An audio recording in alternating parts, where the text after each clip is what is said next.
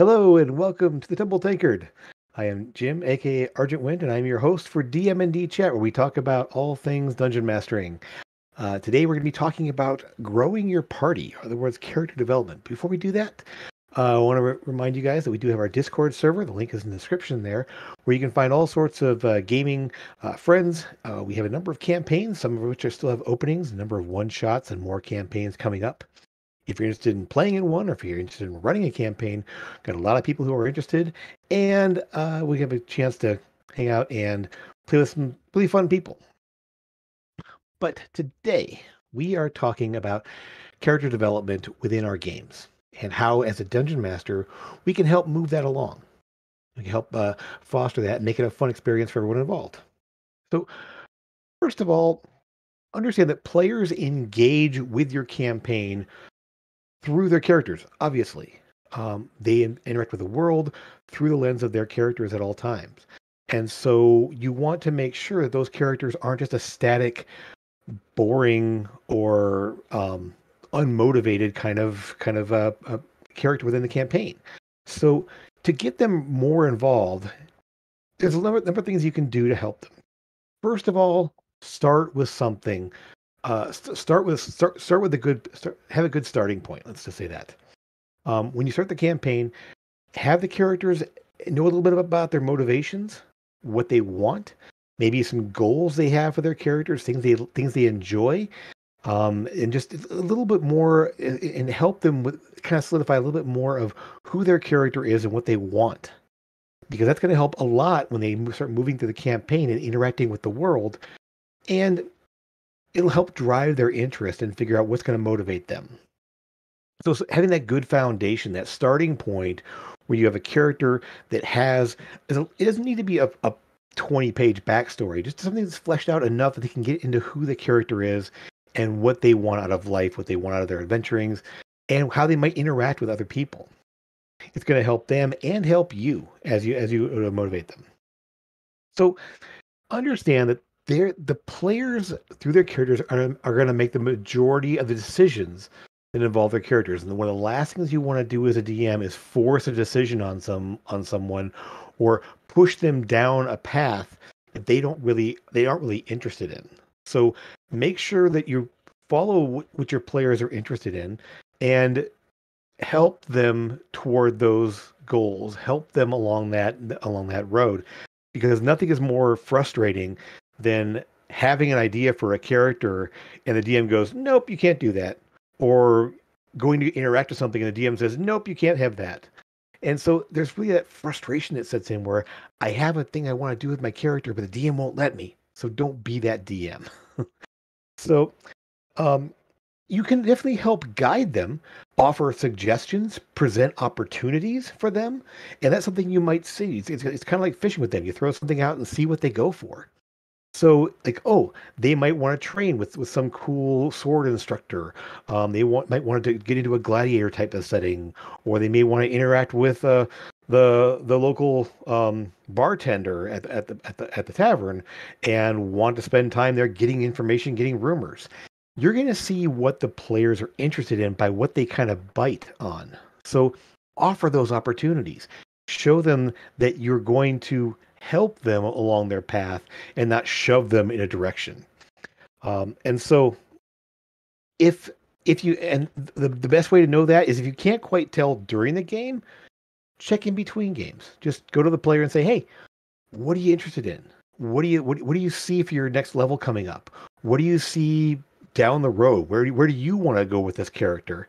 And that way you can at least you obviously can't follow every path that someone wants to go on because you have multiple characters in a party and they're all going different directions. You can't keep track of that. But where you can, offering those opportunities, giving those chances for them to really move in a direction that's going to be more fun for them and follow those ideas they have for their character. So again, find out what they want and make those options available. Obviously, if they I want to rule a kingdom. Well, that's not something they can do at level 3. It's not something you can maybe do at level 10 even, depending on the scope of your campaign. So think about, well, how do they get there? Are they going to try to drive in where they overthrow a government and install themselves as the new ruler. Well, that's a totally different campaign style than dungeon crawling with a bunch of buddies. So think about how that fits into your campaign and see where that may or may not fit in. And then if you have to, figure out how to rein that in with that player and figure out like how do you want to get there? Maybe it's something you do when you retire at the end of the campaign and you want to go off and do this. Or if it sounds like fun and the player is willing to go all out with it, by all means, head down that path, start that insurrection, start that revolution, and overthrow that king and put yourself in this place. Sure, why not? Again, what's going to be fun for you, fun for them, and keep in mind that those goals may be in opposition. So this is where I'm talking about growing your party, realizing that one person's ambitions in a party may not mesh with the rest of the party members. So this is where you're going to have to offer opportunities for them to interact and find a way that they can all come to an agreement and move forward as a group. And then if someone's just so bent on a direction that's not going to work, let them know that. Let them know this isn't something that's going to work out here. And rather than letting it turn into a giant argument between party members, you just need to maybe pull them aside there after a game saying, hey, I know where you're going with this. It's just not going to work. So what can we do to kind of turn that in a different direction? So again, communication is going to be so key to helping someone develop their character and go in a direction that they're going to enjoy, but isn't going to completely ruin everyone's fun. So, um, with that in mind, understand that a lot of character development happens during downtime, in between games, or in those times when they're not in the middle of being attacked by monsters and running through dungeons and tearing across, escaping from hordes of undead or whatever. Those are the action times, but you need that non-action time, those downtime where they can actually take a new direction or have those interactions with each other and with the NPCs and locations of the world. So again, thinking about downtime and how those players are going to be able to get in there and do those actions they want. Understanding that's really where you're going to be able to drive them in a new direction. I have a player who's very much into learning new languages.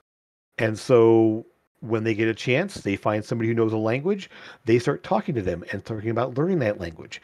And this gets into something else we're going to talk about in just a minute here. But the idea that they picked a new path, they picked something they were interested in, and then as a DM, I'm helping to facilitate that. Here's how we can do this over a course of a number of sessions, represented maybe in a couple of weeks in game time. You've been talking with this person, you've been reading up on, like, getting translation guides and doing everything else you need to do, and you eventually start getting command of the language. Same goes for tool proficiencies. If they have someone who's training them, they're working at a blacksmith and they want to learn blacksmithing, sure. In their downtime, they go and start banging away on the anvil. So the idea that you're having that opportunity where they can grow skills that aren't necessarily part of that combat experience, but it rounds out the character more. It gives them more things that they're interested in. Um, and another good thing to think about with the build time, with the building your downtime here, and that's leveling. We all understand in most game systems, you have ways of advancing a character through their class, through their skills, whatever it is. That level up process turns into a bling, I have new abilities. Well, to develop a character, it's really helpful to make the leveling process part of their downtime, part of their training. Describe what happens as they gain those new abilities. Maybe they need to find a trainer to help with them. Maybe there's a guild where they go to actually progress in there. Maybe they're spending that time poring over tomes or endless hours smacking that target dummy or shooting that thing or shooting that target on the wall until they're getting it down and getting that next level of class abilities. So That way, the downtime can become part of your leveling process as well. So keep that in mind that that is another opportunity where it's not just, bloop, I have a level, I've got fifth level spells, I've got more sneak attack, I've got an extra attack. What are you doing? What is the character doing? How are they getting there? Again, that's the development part of it. And so the thing you want to consider is leveling, especially in D&D, can take you so fast into a point where the threats have to be ramped up to challenge a party. When you're going that 1 through 5, that party of goblins, that one rampaging rhinoceros, whatever, might be a threat to the party, but it's not going to be a threat to a 10th level party. And so if you race past those middle levels and you start getting into double digits in levels, suddenly character development is difficult because now you're focused on these giant threats you're dealing with. So there's a whole other aspect of how do I challenge these people? How do I how do I still develop a character who's now getting into that epic time period? They should have developed at this point, and now they're kind of set in where they're going. But if you level too quickly, then you lose that opportunity. So consider as a DM slowing down the leveling and letting the players progress a little more organically throughout the campaign. And understanding that once they get to that, boom, we are here. Now what do we do? Well, now we're just pushing to the end. Because and I see Zach is here now. Yes, that is a big mood there. It's something we deal with as DMs is challenging those high level players in a campaign setting that may be geared more towards lower level threats. So that progression, that level progression there, you can pad it a little bit. Some things that you can do with your level progression is slow it down, but then offer some smaller rewards in between. Things like, well, gear is one thing. Finding cool little pieces of gear that might be something they can sink their teeth into and kind of scratch that itch of getting that new cool thing. This isn't a class ability, but maybe it's a new piece of gear, something they've tapped into, and something that they tapped into and are learning better how to use the item. Maybe that +1 sword really has some other ability to it that now they've been practicing with it and using it for a while. You'll see that new progression, that development through their training with something that really interests them. So gear can be one thing that it's an in-between level rewards. Skills, like I mentioned before, languages, where in between levels, you don't have to wait till you get to level up before you get that language. You might learn that language in between levels, or maybe a proficiency of some kind, or even some sort of you can even offer up feats in the case of someone being able to train at a specialized school. It's a reward to the players, and it gives them something new for their character, but it doesn't involve having that extra hit points, that higher level spells, that higher proficiency bonus, and all the stuff that comes with leveling that makes them more and more difficult to deal with. They have other rewards that you can weave in between the levels, and the players still feel that they're progressing. They can tie it into their character development, and they can actually feel more accomplished in what they're doing beyond just, did we level? Did we level? No, we got these other things happening instead. So beyond just the tangible, the character-based things, the items, the skills, the proficiencies for the character, think about, again, access to special training, access to more information. Through maybe they befriend someone who works at a library. Maybe they have a sage who's who's an expert in something that's related to the campaign that they're trying to find out. And so building that relationship with that person so they can gain information about helping them along their path is a great way to go about getting them a reward that isn't so much, I'm now level 10, I'm now level 12. So again, useful things, but not things that break the balance of the game. And then, of course, a big piece of character development is going to be relationships. not only between the party members, although that's a big piece of it, is that when those party members start to really gel with each other and have each other's backs and go out drinking together and go killing monsters together, all of that thing, all of that type of thing is a huge incentive to character development. When you develop that relationship with that party member, and then when you go beyond and developing that relationship with that shopkeeper, with that tavern owner, with that librarian, with that farmer, whoever it is that you spent time with, and rewarding those relationships, A, with fun interactions, but also useful information, useful tools. So, yes, as Green Dragon just pointed out here, gaining contacts, improving your reputation with those contract contacts is a great way to go here. So, literally taking you don't need to work on a full like reputation system specifically, but just knowing that that person's going to come back to that NPC again. They're going to develop that relationship with the shop owner. They may get better prices with that shop owner.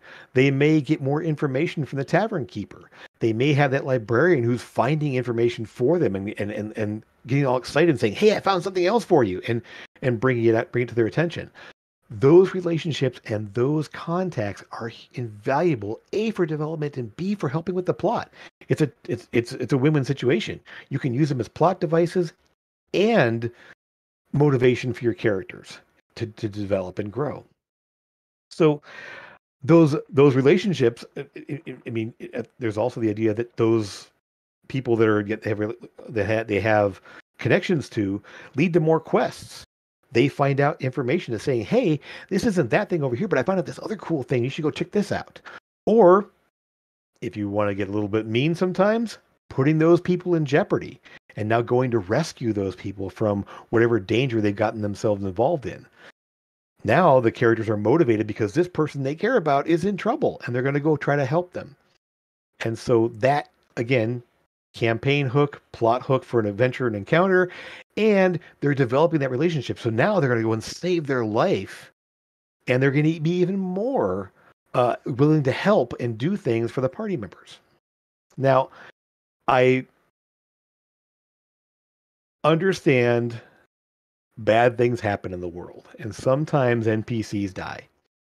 I'm sorry to my players out there that they did have an NPC that did die in the campaign, but it wasn't someone directly related to the party. It was someone that was a mentor to one of their closest friends.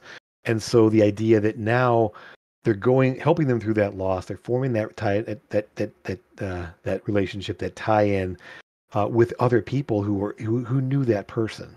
And while they met them, they spent time with them, they weren't as close to them. But now they're seeing the ramifications of what happens, and they're even more motivated to push forward with the plot because the big bad villain is the one who killed that NPC, and now they're going to go after him. So you have the ability to do more development through friends of friends being in trouble. I would steer away from putting the direct best friend or family member or something else in, especially if they're likely going to die. It's really hard to come back from that, but it will bring the party together. If someone's really sad about the loss of somebody and the other party members help them, character development does happen there as well. We do develop through loss. But understand, some party members, some groups, some tables may not take well to that sort of scenario. So keep that in mind. If you're talking about putting people in jeopardy, you might need to discuss that with some people outside of game to make sure you're not going to have in a situation where you want people getting really upset by it. Um, it's just a better way. Just be safe about that kind of thing. I mean, we talk about at some point we're going to be talking about safety tools and some of those things like that. And it's really important that if you are going to go down that road there, check in with your players, make sure they're okay, make sure they aren't dealing with a loss outside of game that is now being mirrored by something in game, because that can happen there. And you don't want to develop character development to be pushed too far in a direction where suddenly it's like, now I'm this character and I'm dealing with a loss that's so close to something that's in my real life. So keep that in mind as you're pushing some of these plot elements there. That could be an issue. Um, so to kind of how to know what grabs your players is watch what they pay attention when they show an interest.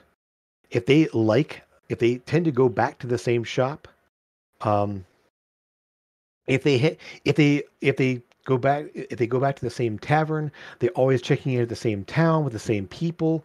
Those are, again, those opportunities you have. So pay attention to those things. And when they do, when they do, when you notice those things there, make more opportunities for them. Flesh out those characters. Maybe throw in a cool little dark secret or some tie-in to something else that's related to the plot or something else like that. So that way that they aren't just some random person, they really are a part of the story now.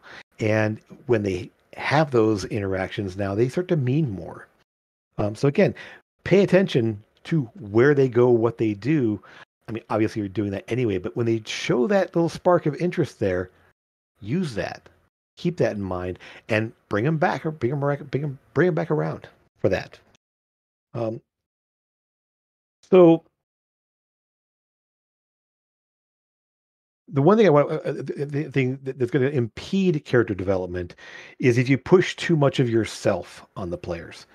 If you're really into this NPC you made, you're really into this bit of lore about your world, about some historical thing event that happened there, and it's one of those things where the players don't show an interest, and you just sort of like keep like here it is, here it is, here it is, putting their faces.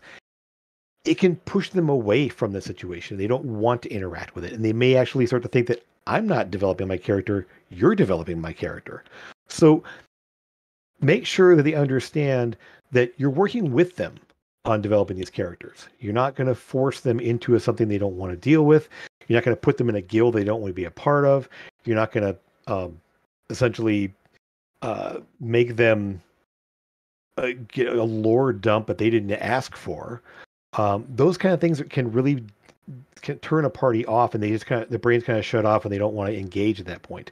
So consider during the development process there, let them ask the questions, let them do the research. And then obviously there's important things within the plot that they need. But when you're delivering any information there, pause, let them ask follow-up questions. Let them direct sort of where they want to find out, what they want to what they want to put more thought into, what they want to ask more questions about. And one thing you'll find is a lot of times when the players are doing this kind of thing and they're into their development, they're into that research and checking out the world lore and finding out about locations there, they may start to have theories. And it's fun when they have all sorts of crazy conspiracy theories and all that, and start getting all these ideas there. Use them.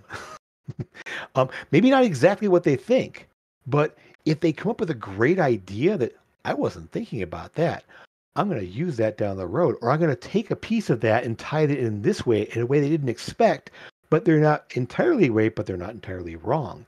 And so now that player has figured something out, they're now totally buying into the game and the plot and the lore because they're paying attention. So really, it will help drive that development for that character if they provide information to you. If they have a theory and you go, take note of that, and then maybe it doesn't pan out exactly, but it and make sure that they know when it comes up that they were right, or at least partially right. So that again, that drives that motivation and that buy-in.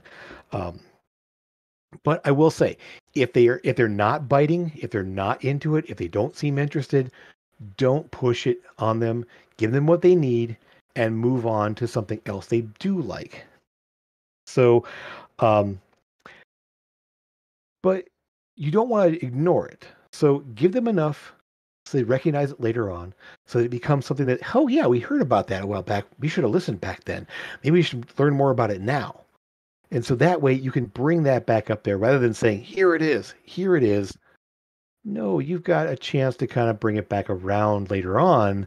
And now are you interested? Now do you want to talk to this person? Nope. Okay. Moving on again. So again, that development, let the players drive their own development. offer the opportunities, help with their motivation, see what they like, and really drive the characters down that road.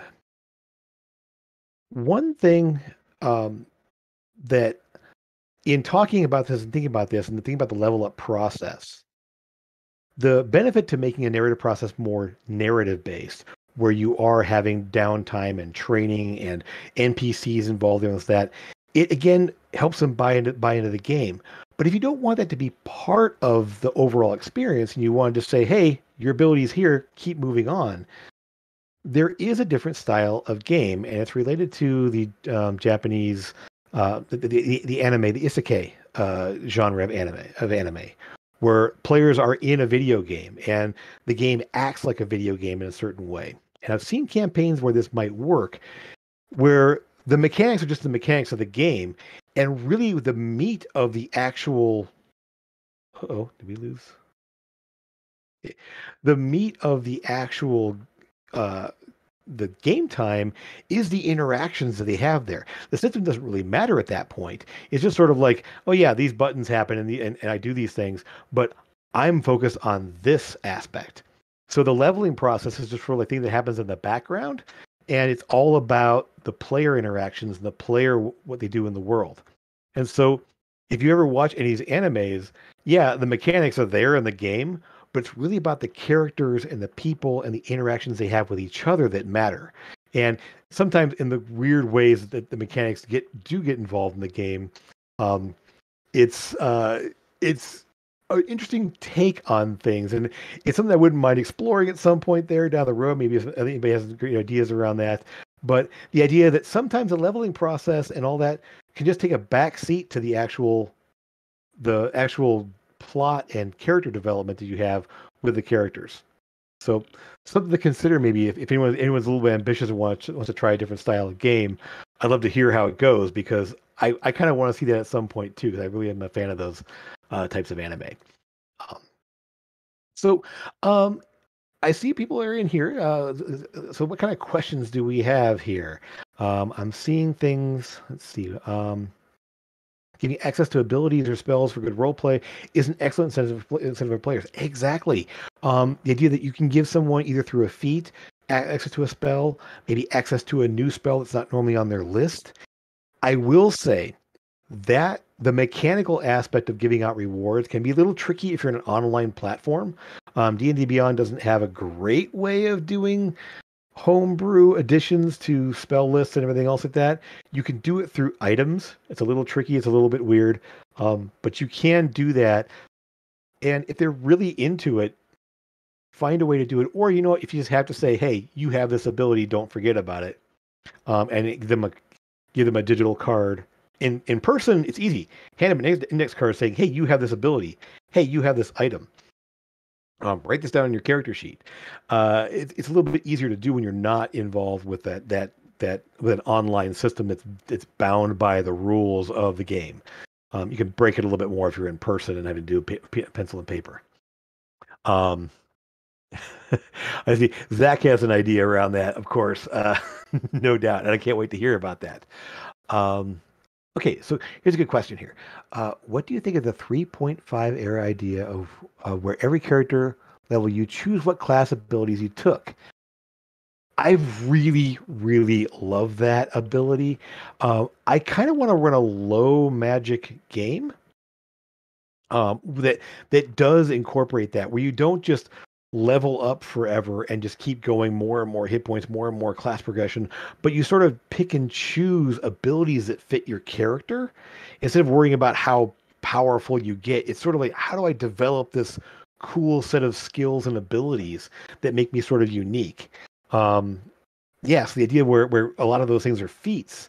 You can do that a little bit in 5e with the like magic initiate if you want to get a little bit of magic, or some of the fighting initiate or artifice. Those initiate feats can take little pieces of classes and add them to a character sheet, and making those available to someone because maybe they aren't a full warlock, but they make a pact with some power that gives them an one warlock invocation, or they get that magic initiate feat because they spent time studying in the library and they get a little wizard, a couple cantrips and a wizard spell. those kind of things where you have more options.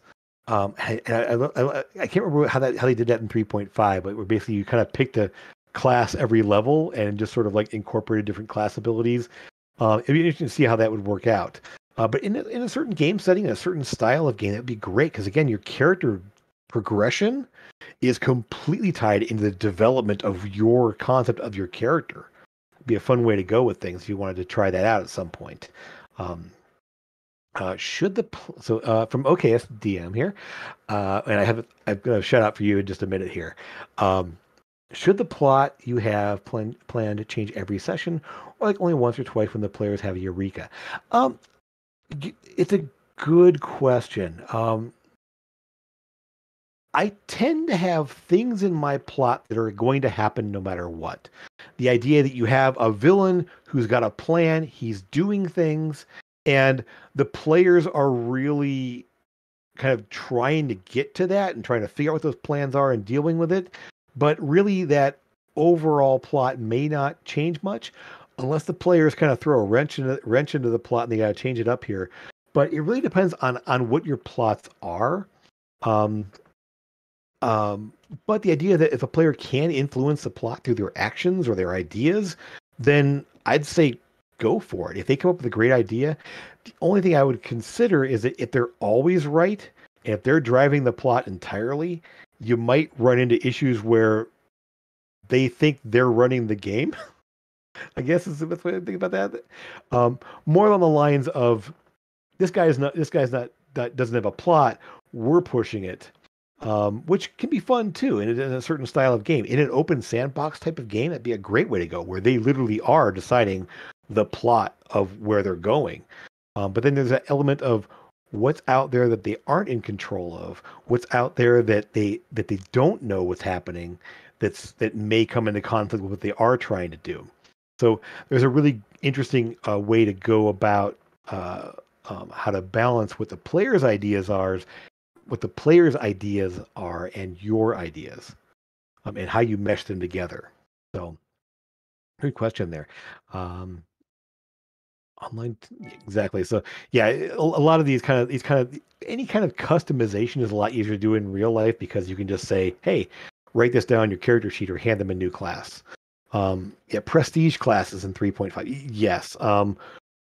Although having played a bunch of 3.5 a lot, we all know that 3.5 had its massive bloat of so many different ways to go and the absolutely insanely overpowered, insane builds, even more than 5e, even more than Pathfinder, because those class abilities were just so crazy that you almost got lost in development in 3.5, even Pathfinder to agree, because the class abilities were so big and so crazy that really your character was more about your class abilities than it was about their personality or anything else. So you literally have this swing of there's so much happening and so much happening between the different classes and prestiges. And yes, Dwarven Defender. Dwarven Defender. I have also such a love hate with that one because nothing is worse than getting this guy who's going to be so great and he gets into his dwarven stance and then can't move, and the combat goes over there. They break their stance and now I can't do it again. So it's frustrating, and that's one of those things that maybe abilities that a character has that become so focused on, it becomes such a integral part of who they are, giving them ways to get that back more often, giving ways to have an extra use of that cool ability, beyond just a short rest or a long rest. It can be a lot of fun with those cool signature things that a player is doing and that they really want to develop and go down that road of, I want to be a master of this thing. There'd be a lot of fun with, here's an extra usage of that, or a way that you can get that back and use it again. So again, a different reward, a different level of training, a different way of character development that is a mechanical thing, but it can involve some interesting training montages and different, maybe finding a right person that can train them in a special technique that lets them do their cool maneuver more often. So what we have here, I always liked there were specific NPCs that could train players in a prestige class rather than as a player min-maxing for the best prestige classes. I really like that too. The idea that rather than just I just learned this new thing, I just know my next class ability, having to go to a trainer or an expert. I've had a player who's playing a paladin wanted to go into levels of fighter, so actually went and worked with a fighter during downtime to learn some techniques and how to just go around beyond just the straight up paladin. I'm butt kicking for goodness. I want to be a better fighter now. So by taking levels in fighter, they went and found a fighter to train with.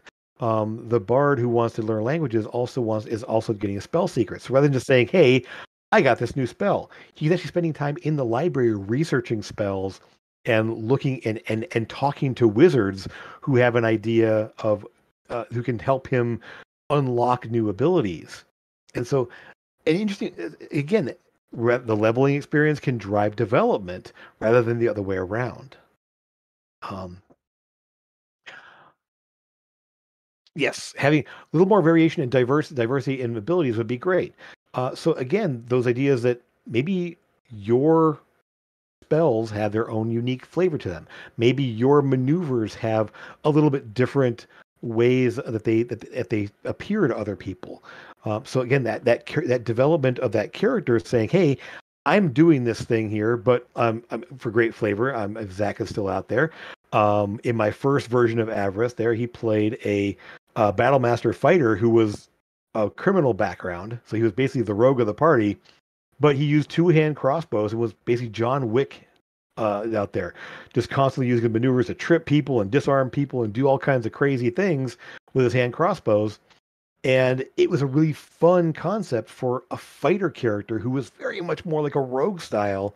But again, that development, that ways of taking a class and making it your own, and taking abilities and putting your own spin on them is a great way to go. And helping your players achieve that goal is going to get so much more to making it fun for them. So yeah, giving those variabilities not only just to spells but to other abilities and to how they use their tools and what their armor looks like and how things cool. Um, John Wickhammer, the beardless dwarf, exactly. Good old Iron R, Iron R. Um, so let's see here. Dwarven Defender can be amazing, or a guy in plate armor making sad noises. The combat moves 20 feet to the left. Exactly. It's an idea where an ability sounds great until it's in practice, and suddenly it doesn't work anymore. So this whole cool, I'm going to go down this road of getting this cool ability, and wah wah, not going to work out. Um, yeah. So the idea of multi-classing in 5e, why are you a paladin and a sorcerer? Well, hopefully a player has thought of that when they kind of create their concept. Isn't just a straight, I'm a min-maxing fool who's going to do this thing. Why? Where is that power coming from? Were you always a sorcerer, and now you realize that maybe you're a paladin who's realizing that the other magics they're tapping into because they're a divine soul sorcerer. So that could be a fun little thing. Um, uh, the fun way of tapping into classes that are related, but now there's a good reason for it. So, um, let's see here. What about sorcerer? How do you explain level up power when it's spontaneous and natural? Good question. Actually, it's a great question there. Thinking about sorcerers, things are spontaneous and natural, but there are also a lot of, depending on the sorcerer, a lot of introspection on like, how am I doing this? What else can I do with this? I have this ability, but how can I push this farther? What can I do more? And so it may be that the character development is more along the lines of, hey, I've got this cool thing I can do. What else can I do? And so their leveling becomes more about pushing further in, or in the case of like in my campaign right now, an aberrant mind sorcerer, where they're delving more into their mind and how their power is working, what's going on with this. And as they make connections with other people that have similar abilities, they're getting new abilities and more power based on the fact that they have connections with other people who are also psychic, who also have telepathy, who also have some sort of mental connections to other people. And it's now letting their power grow because they have a larger pool of people to draw from for knowledge and power and everything else. So it really comes down to it may be that the player doesn't know, and they might need a little bit of guidance in that aspect, like a draconic sorcerer. Maybe they need to spend some time with dragons to get more of their abilities. Maybe they have to figure out, maybe learn more about dragon lore and say, oh, dragons can fly. Maybe if I use this, I can fly. And so some of the ability, the time when they get their ability to fly from their draconic powers or their resistances, they're tapping more into that and playing with that. So it's a lot of fun with uh, I mean, it's a lot of fun letting them figure out their powers through that studying themselves rather than the world, or finding those mentors that also have similar abilities that say, have you tried this? And then going into something new that way. Uh, so that letting folks grow without leveling was Dragon Age.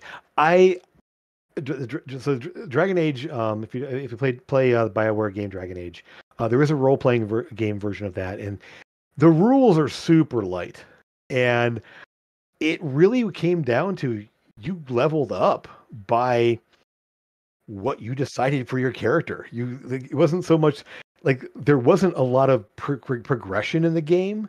And so you had to kind of pick and choose what things you wanted to do. And so it was a lot of fun to let people just grow um, through gaining abilities by doing stuff, by engaging with the world and deciding what they wanted for themselves. Because the leveling up system in that game was so sort of subjective and not really, it was not very robust. I will just say that much there. So you kind of had to find ways of people like growing in power, because again, it's also based off a video game. So you really have to uh, kind of think in those terms of, I'm getting these abilities, but what am I doing with them? How am I getting them? Where am I going with this? And it's a lot of fun with letting the characters grow with getting into that plot and dealing with things. Um, let's see. Yes, Thetis is a great one there, and like I said, the Dragon Age, Fantasy Age, Modern Age, that AGE system there, it's an interesting one. It's one worth giving a try. If you want a kind of an alternate fantasy system to play around with, check them out. I gotta say, it has some fun, uh, different tweaks on the whole character creation and leveling process, and that take you out of the D&D mindset. I think the spells are much more. Uh, the spells are much more kind of free form, and I think that because they were so free form, when you wanted to use magic there, you had to kind of be a little bit creative with it sometimes. Because obviously, I have my firebolt spell, but what else can I do with it? Well, what do you want to do with it? Do you want to light a campfire with it? Do you want to heat up your drink with it? Do you want to uh, light a cigarette with it? I don't know. Whatever you want to do, you have the power. Tone it back into something else. It was a little more free form in how things went with there, so it's kind of fun. Let's see, what do we have here? Having a multi-class come to fruition from story choices is so fulfilling. Paladin multi in the world because of choices with the pros and cons. In the moment felt great. I gotta say, in similar to that, having my Goliath fighter finding religion through because of finding an artifact and dealing with this like religious experience and delving into Paladin from that point was a way I'd never intended for the character, but it came out through the game and it pushed. Um, it helped you push into a new style of character and a new plot way, a new plot that you could mess around with. Um, I see a couple more questions in here. What do you think about putting NPCs in the world who can improve expanded PC's racial traits? I think it's a great idea. Those, there are a lot of racial feats, but if you wanted to tweak those racial traits a little bit that aren't quite feat, but they're a little bit more enhanced, maybe a better stone cutting for dwarves, halflings that are delving more into their luck or some of their hardiness and everything else they have within them. Basically, kind of those paragon members of the different species out there that can teach you ways to be better at being an elf or a dwarf or a half orc or whatever. Like saying, "Hey, have you done this? Try this and train this way. You'll get even more tough or faster or learn more." So it'd be fun to have. That'd be a great way to go, and having NPCs in the world that are sort of those paragons of elfdom that can teach elves how to be more elfy. Just as a goofy a goofy little segue there. Um, what is the number one thing I'd change about character progression in 5e? Wow, what a question. Let's see.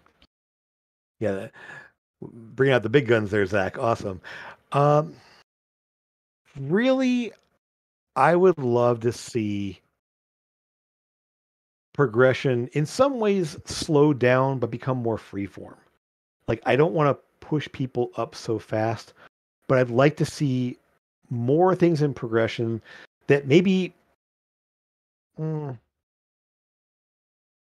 oh, it's a tough one because I like what I'm seeing in some of the one D and D stuff that's happening right now with some of the ideas where they're kind of making classes, their progression becoming well more uniform, but more in theme with the characters and the subtypes are going for. Um, I think I would probably go more with giving you a little more freedom with how you're progressing. Um, so that you could pick and choose from maybe different classes, maybe different subclasses, where you could. I don't want to see the 3.5 thing where you're kind of going all over the map with these crazy, insane like build here for 2 levels and one here and one there and one here, get to this prestige class, and then that's it, and then that's too much, I think. But having a little more freedom, a little bit more ways of kind of bending the progression to what you really want for your character, um, I think that's great for that's I see that as a really fun way to go for experienced players, but for new players that would be overwhelming. So having the steady progression of what you get when really helps newer players, but the idea of being able to open that up in some way to kind of pull the toolbox apart and make things more interesting would be a lot of fun for having that having more options for changing your character abilities here and there would be a lot of fun with character progression, I think, in 5e. Um, Again, there's a crazy balancing issue with all of that, but it would make for some fun characters. Um, so Dragon there, I would make way more feats, make feats less individually impactful, and give players more feats over the lifespan of their careers. I agree. I like the idea of having a feat as part of your background, that first level feat, and having different tiers of feats, like feats you get at lower levels, feats you get at higher levels, feats you get at the epic feats, those epic boons you get with your super high level. So having those tiered feats there and really kind of getting a good balance between them, I think is a lot of I think it's a lot of fun because it opens up more ways beyond just class abilities, more ways of customizing your character at that point, making some fun combinations there that aren't just like the min max. This is my character. So I think you hit the nail on the head there. I think Dragon there's definitely feats can be a way to really help customize those characters, so making more of them available beyond just being a fighter who gets extra feats. I mean, it's just it's not it doesn't feel as impactful when it's like only this one class gets them. Um, yeah, and yeah, having more feats are just like weird and fun. Exactly. So having more things that are just like this oddball way of using. I remember in the game there we had the chef feat that was I think part of of Arcana, where the chef feat could do some weird things about inspiring the party with how good the food was, and it was a fun aspect there. But it wasn't game breaking. It was a new way to use a skill that was that added a fun little mechanic to the game. Um, the ability to have the class for making it streamlined, but I want to encounter Exlo and not come to a situation pretty much on all it can do.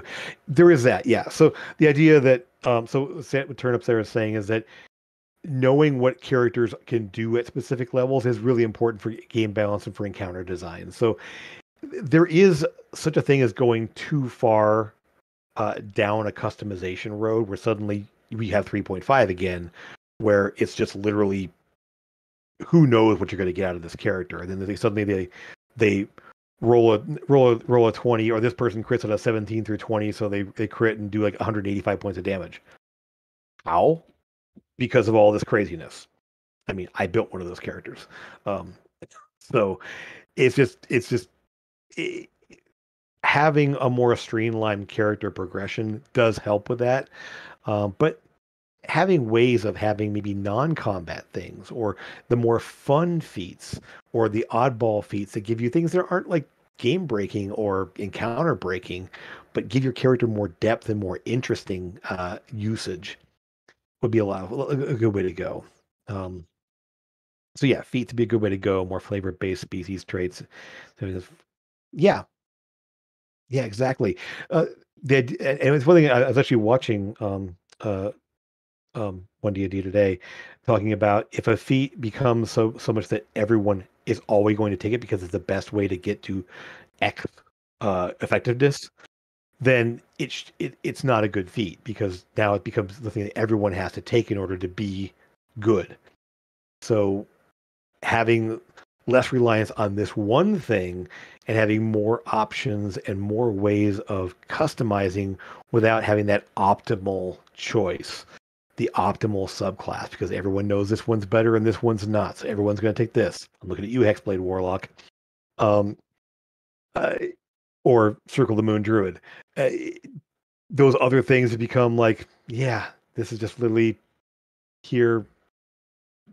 Objectively, this is the best version of this character, so everyone's going to play this. Um, uh, a lot more X per rest per day. Exactly. So the um, uh, idea of having abilities that you can do multiple times based on your proficiency modifier. I like the fact they're going to more proficiency modifier. That's a cool way to go because then you get a progression that's happening here. Um, uh, you get that way of progressing without having the same problem you're running into over and over again. Yeah, sharpshooter feat. Exactly. If you're a ranged character, you take sharpshooter because why wouldn't you? Uh, you're just shooting. Maybe you'll be shooting yourself in the foot if you don't take sharpshooter. Um, and then yeah, if you're playing a warlock, Eldritch Blast. Of course you have Eldritch Blast, and of course you're taking Agonizing Blast because why wouldn't you when you have a 20 charisma plus 5 damage on every Eldritch Blast? Too important. So really, and I like what they're going for um is they're looking at now at making those things that are iconic to a class, like Hunter's Mark for a Ranger, just building it into the class. You don't pick it as an option. You get this thing. Warlocks are going to get Eldritch Blast. Clerics, just like clerics get their their channel divinity. Sorcerers get their meta magic. There are certain things that need to become iconic to that character. So you want to make sure that this is there. Um, Not overinflating HP and taking and yeah. So yeah, you need to have with everyone taking those optimal builds and those crazy feats that do extra damage and everything up there. You have to push the hit points up on everything just to even have a chance to survive a round against the party member with all optimized builds. So that's going to happen regardless. But when you can take away those things that have that artificially inflated damage, because everyone takes this one feat because that's just the way you do things, it's a big help there. Um, yeah, overinflating HP. I'm doing the same thing. I'm trying not to as much, but it's hard not to because again, you want those encounters to be exciting, and if they're over in one round, it's not interesting. So you're having to push those hit points up because players are just doing too much damage. Um, and yeah, Dragon, exactly. Proficiency modifier is a subtle way of making tiers of play without being explicit because you have this slowly increasing amount that happens as you progress automatically. And it's not so much tied when you tie things to your stat, everyone tries to push that stat up to 20 as fast as they can, and then beyond if they can get the right items and everything else, then that becomes, how do I get to that maximum amount I can get as quick as I can? As opposed to, I get this, and I get a little more, and I get a little more, and you get more usages as you go. It's nice. It's a nice way to go. Nice way to do things. Hey, so again, just to bring it back around things,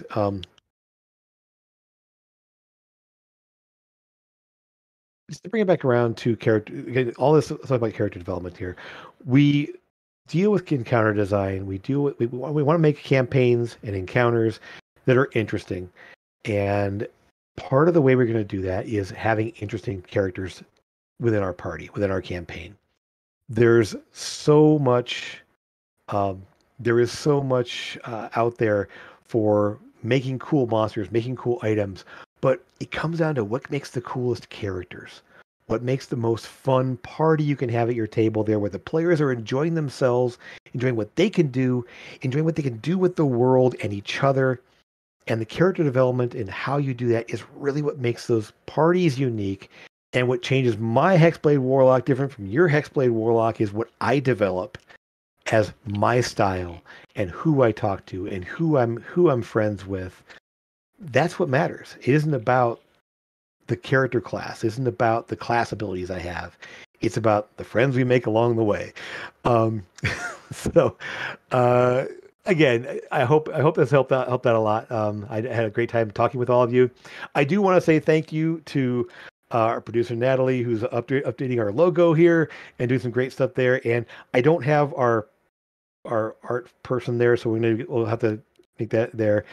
I do want to say I don't see him right now here, but if you are notice here, OKSDM has a really awesome new video out on YouTube right now where you can do sort of a choose your own adventure thing with creating a character.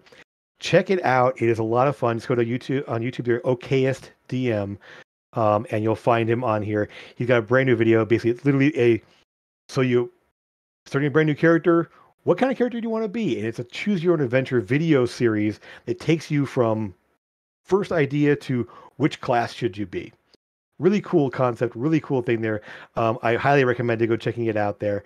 But I also want to say we are continuing our campaign for Avarice. We're coming up on 1 year real soon. For Avarice, the Shattered World on Saturdays at 2 p.m. Pacific time. Feel free to stop in there. We're getting into some pretty intense stuff, and moving on to some crazier happenings in that campaign as we're getting into some pretty scary stuff.